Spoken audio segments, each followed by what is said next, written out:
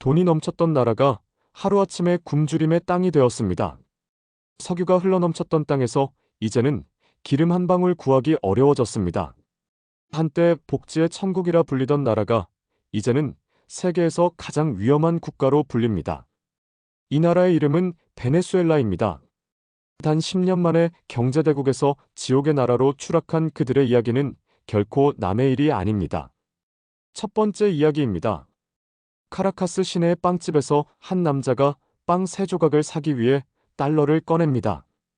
그는 5달러를 내고 잔돈을 받는데 그 잔돈은 손이 아니라 팔로 껴안아야 할 만큼의 지폐뭉치였습니다. 빵 3조각의 값이 수십만 볼리바르. 그는 돈을 세는 대신 무게로 잽니다. 그의 눈에는 허탈함이 비칩니다. 이 나라에서는 돈을 벌어도 돈이 가치가 없습니다. 돈이 많을수록 가난해지는 역설. 그가 말합니다. 오늘 번 돈으로 내일 빵을 살 수 있을지 모르겠습니다. 두 번째 이야기는 한 초등학교의 교실에서 시작됩니다. 아이들이 놀이터에서 뛰어놀고 있습니다. 하지만 지금은 쉬는 시간이 아닙니다. 수업을 해야 할 시간이지만 교사가 없습니다. 선생님들이 약값도 못 받아 병으로 세상을 떠났기 때문입니다. 학교 천장은 비가 새고 교실엔 칠판 대신 낡은 나무 판자가 걸려 있습니다. 아이들의 웃음 뒤엔 배고픔과 불안이 숨어 있습니다. 그들의 교복은 헤어졌고 신발은 닳아 있습니다. 아이들에게 공부란 미래를 위한 투자가 아니라 오늘을 버티기 위한 도피가 되어버렸습니다. 교육이 무너지고 희망이 사라졌습니다. 이것이 하이퍼인플레이션의 또 다른 얼굴입니다. 세 번째 이야기는 빈민가의 한 할머니에게서 이어집니다. 그녀의 이름은 아나. 손자 4명을 돌보며 살고 있습니다. 아들은 외국으로 돈을 벌러 떠났고 그녀는 보내오는 송금으로 근근히 살아갑니다. 비가 새는 지붕 창문 대신 걸어놓은 낡은 천조각. 그녀는 말합니다. 이전엔 일하면 먹고 살 수 있었어요. 지금은 아무리 일해도 아무것도 살 수 없어요. 그녀가 말하는 절망은 통계가 아니라 삶의 기록입니다. 화폐 가치가 무너진 사회에서 노력은 의미를 잃고 하루는 생존의 싸움이 됩니다. 베네수엘라는 세계 최대의 원유 매장량을 가진 나라였습니다. 한때 국민들은 무료 의료와 무상 교육을 누렸고 복지 수준은 남미 최고였습니다. 그러나 그 번영의 이면에는 위험한 착각이 숨어 있었습니다. 기름값이 오르면 부가 자동으로 따라올 것이라는 믿음. 돈이 돌면 국민이 행복해질 것이라는 확신. 정부는 유가가 높을 때 복지와 보조금을 늘렸지만 국제 유가가 떨어지자 문제는 폭발했습니다. 재정 적자를 메우기 위해 화폐를 무제한으로 찍어냈고 그것이 바로 비극의 시작이었습니다. 화폐는 신뢰로 만들어집니다. 하지만 베네수엘라 정부는 국민의 신뢰를 잃었습니다. 돈을 찍어내면 부자가 될 거라 믿었지만 결과는 정반대였습니다. 돈의 가치가 떨어지자 물가는 폭등했습니다. 빵 한 조각이 하루 월급이 되고 기름값은 칫솔 한 개로 계산되는 세상이 되었습니다. 사람들은 더 이상 통화를 믿지 않았습니다. 시장에서는 달러가 통용되고 일부는 물건을 물물 교환으로 거래했습니다. 화폐의 신뢰가 무너진 사회는 더 이상 국가라 부를 수 없습니다. 이 비극의 핵심은 잘못된 복지와 정치적 포퓰리즘입니다. 국가가 버틸 힘이 없는데도 국민에게 계속 돈을 나눠주었습니다. 그것은 진정한 복지가 아니라 환심을 사기 위한 지출이었습니다. 결국 그 비용은 국민 모두의 피로 돌아왔습니다. 돈을 찍어낸 만큼 물가가 오르고 물가가 오를수록 국민의 삶은 무너졌습니다. 그렇게 한 세대의 노력과 꿈이 한순간에 사라졌습니다. 하지만 이 이야기는 먼 나라의 이야기가 아닙니다. 지금 우리도 물가 상승과 부채 확대라는 같은 경고를 듣고 있습니다. 경제가 성장할 때마다 더 많은 복지와 지원이 필요하다고 외치지만 그 재원은 결국 국민의 세금과 미래의 부채로 채워집니다. 무분별한 재정 지출은 달콤한 약처럼 보이지만 그 끝은 경제의 붕괴와 신뢰의 상실로 이어집니다. 돈의 가치가 떨어지는 순간 사회의 질서도 함께 무너집니다. 그렇다면 이런 위기를 막기 위해 개인은 무엇을 준비해야 할까요? 첫째, 물가 상승을 두려워하지 말고 이해해야 합니다. 인플레이션은 돈의 가치가 떨어지는 것이지 세상의 가치가 바뀌는 것이 아닙니다. 따라서 현금을 쥐고 있는 사람보다 자산을 가진 사람이 버틸 수 있습니다. 부동산, 금, 달러, 실물 자산처럼 인플레이션에 강한 자산 구조를 만들어야 합니다. 단순히 돈을 모으는 것이 아니라 돈의 흐름을 관리해야 합니다. 둘째, 복지에 의존하기보다 스스로의 경제를 설계해야 합니다.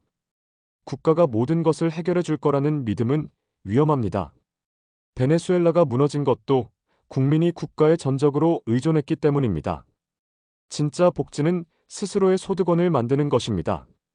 작은 부업, 지식형 일자리, 기술 습득, 지역 커뮤니티 기반의 경제 활동 등 스스로 돈의 흐름을 만들어내는 개인은 어떤 위기에도 버틸 수 있습니다. 셋째, 위기 신호를 외면하지 말아야 합니다. 물가가 오르고 세금이 늘고 정치가 복지를 내세울 때는 반드시 계산서를 봐야 합니다. 그 돈이 어디서 나오는가, 누가 갚아야 하는가를 냉정하게 봐야 합니다. 국가가 돈을 찍는다는 것은 국민이 그 빚을 함께 지는 것과 같습니다. 경제 위기는 한순간에 오지 않습니다. 작은 신호들이 쌓여 어느 날 폭발하듯 터질 뿐입니다. 지금의 선택이 미래의 생존을 결정합니다. 베네수엘라의 몰락은 우리에게 묻습니다. 우리는 지금 무엇을 믿고 있는가? 돈을 믿는가? 정부를 믿는가? 아니면 스스로를 믿는가? 경제 위기는 예고 없이 찾아오지만 대비는 미리 할 수 있습니다. 그 대비의 핵심은 현실을 직시하는 용기입니다. 눈앞의 풍요에 취하면 위기의 발자국을 듣지 못합니다. 그러나 냉정하게 세상을 바라보는 사람만이 폭풍이 와도 흔들리지 않습니다. 베네수엘라의 거리에 흩날리는 휴지 조각 같은 돈은 우리에게 분명한 교훈을 남깁니다. 돈은 많을수록 부자가 되는 것이 아니라 가치가 있을 때만 힘을 가집니다. 진짜 부는 돈의 양이 아니라 신뢰의 두께에서 생깁니다. 그리고 그 신뢰는 개인의 준비에서부터 시작됩니다. 지금이 바로 점검해야 할 시간입니다. 내가 가진 돈은 안전한가? 내가 사는 나라는 안정적인가? 내가 준비한 노후는 변화에 견딜 수 있는가? 이 질문들에 답할 수 있어야 합니다. 그 답이 바로 당신의 생존 전략이 될 것입니다. 한 나라의 몰락은 단 한 번의 사건으로 일어나지 않습니다. 베네수엘라의 비극은 오랜 시간 쌓여온 작은 균열이 한순간에 무너져 내린 결과였습니다. 그 시작은 복지였습니다. 그리고 그 끝은 통화 가치의 붕괴였습니다. 석유 부국으로 불리던 나라가 왜 10년 만에 지옥의 나라로 추락했을까요? 그 답은 돈의 신뢰를 잃었기 때문입니다. 베네수엘라는 오랜 기간 원유 수출에 의존했습니다. 기름이 팔리면 세수가 늘고 세수가 늘면 복지 정책을 확대했습니다.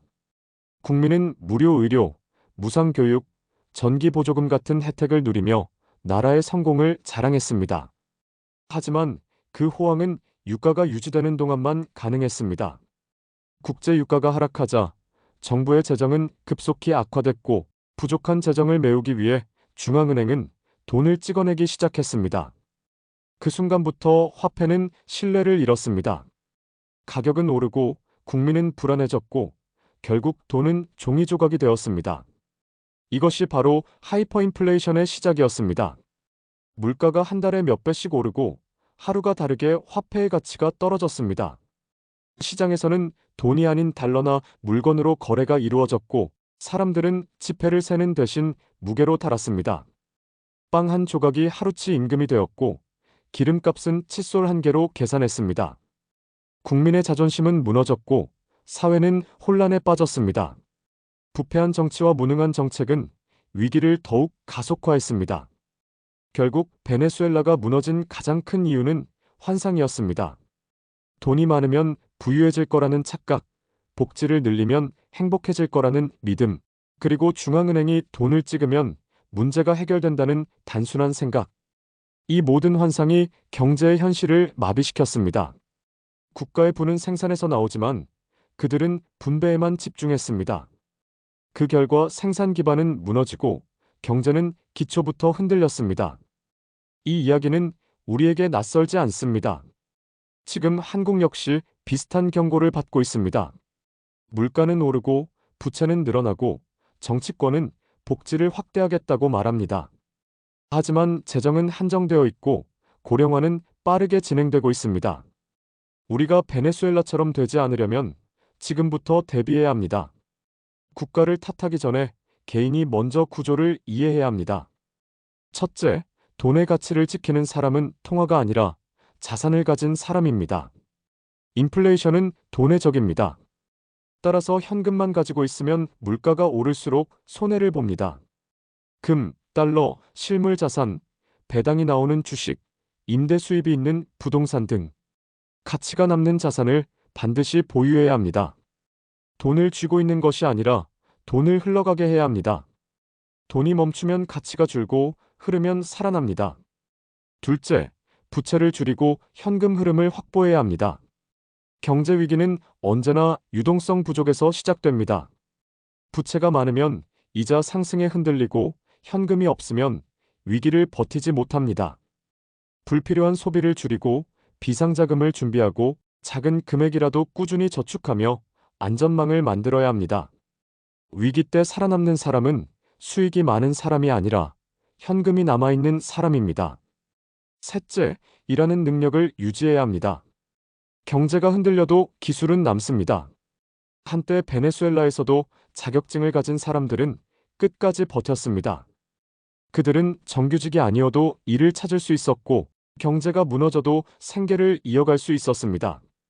따라서 새로운 기술을 배우고 평생 현역의 자세로 살아가는 것이 불안한 시대의 가장 확실한 보험입니다. 지식과 경험은 어떤 통화보다 강력한 자산입니다. 넷째, 국가의 재정 건전성에 관심을 가져야 합니다. 정치는 감정으로 움직이지만 경제는 숫자로 움직입니다. 복지 확대가 나쁜 것이 아니라 지속 가능한가가 핵심입니다. 국가가 빚을 내서 현재의 문제를 해결하려 하면 그 빚은 미래 세대의 부담이 됩니다. 정책을 바라볼 때 감동보다 계산이 필요합니다.